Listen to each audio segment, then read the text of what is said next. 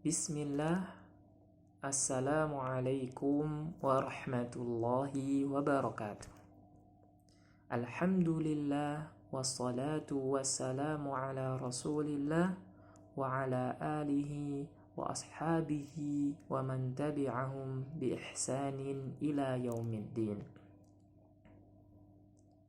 Kaifa halukum ana sali dan salihah? Ana bi khairin walhamdulillah. Masya Allah. Anak salih dan salihah bertemu kembali ya pada hari ini dengan Ustadz dalam pelajaran Al-Islam As-Sahih. Anak salih dan salihah, sebelum kita mulai belajar ya seperti biasa, anak salih dan salihah silakan menyiapkan dirinya di tempat yang nyaman ya dan membawa alat-alat tulisnya beserta buku paket Al-Islam As-Sahih.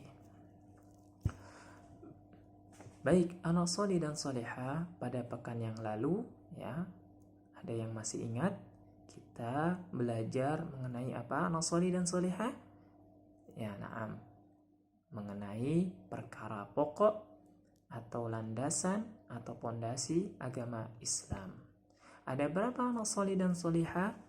Mumtaz, ada 3. Barakallahu fikum. Yang pertama yaitu mengenal Allah Subhanahu wa ta'ala, dan yang kedua mengenal agama Islam, dan yang ketiga mengenal Nabi Muhammad sallallahu alaihi wasallam.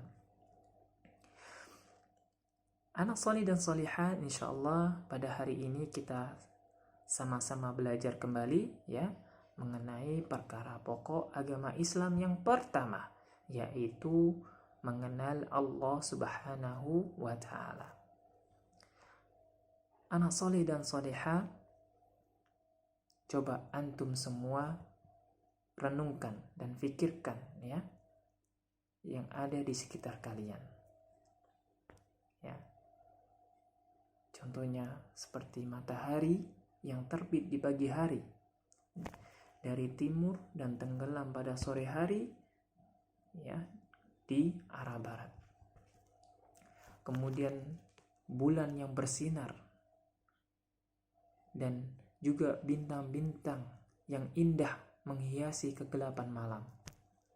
Ini semua siapa yang menciptakan dan mengatur ini semua?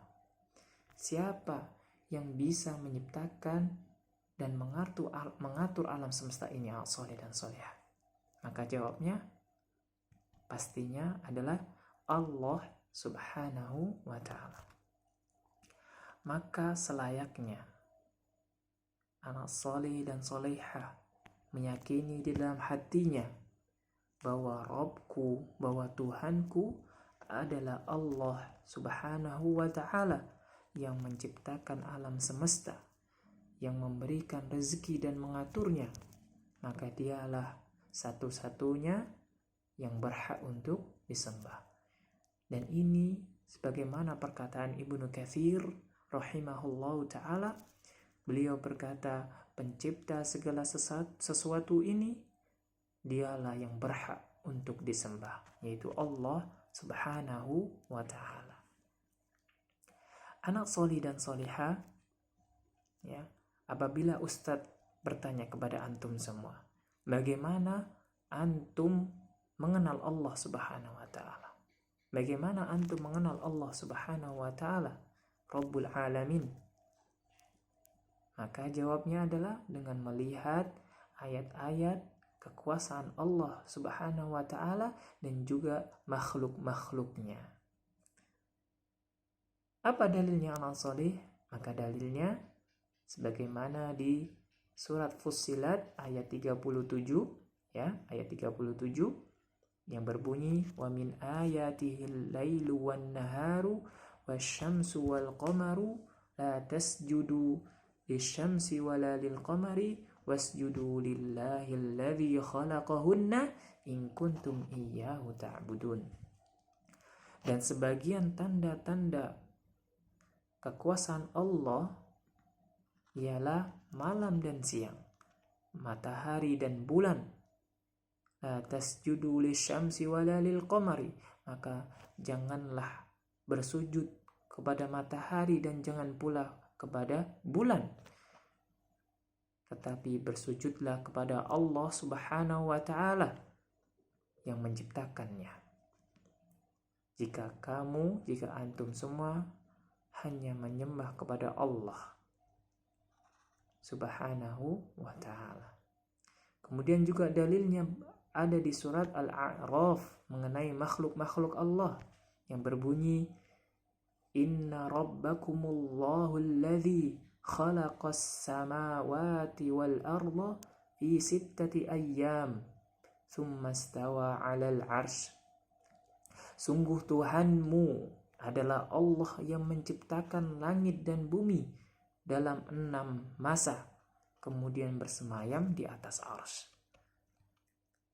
Anak solih dan solihah, ya. Apa saja sih contoh dari ayat-ayat Allah atau makhluk-makhluk Allah? Anak solih dan solihah bisa melihat di 2 dalil tersebut, ya. 2 dalil yang tadi, ya. Contoh dari ayat-ayat Allah atau kekuasaan Allah Subhanahu wa Ta'ala adalah adanya malam dan siang, ya, malam dan siang. Adanya matahari dan bulan. Kemudian contoh dari makhluk-makhluk Allah adalah langit beserta hiasannya, ya. Kemudian juga bumi beserta isinya. Anak solih dan solihah, Allah menciptakan langit dan bumi beserta isinya, ya, seperti aneka tumbuhan, ya, aneka buah-buahan, Masya Allah. Kemudian aneka hewan-hewan, ya. Kemudian juga gunung, Masya Allah. Kemudian juga yang sangat dibutuhkan oleh manusia, oksigen, ya, yang selalu kita hirup tiap hari. Ini menunjukkan kebesaran Allah Subhanahu wa Ta'ala yang maha besar. Dan ini semua adalah nikmat yang sangat besar bagi manusia. Maka sepatutnya anak solih dan solihah untuk selalu bersyukur kepada Allah Subhanahu wa Ta'ala atas nikmat yang telah diberikan kepada Allah Subhanahu wa Ta'ala.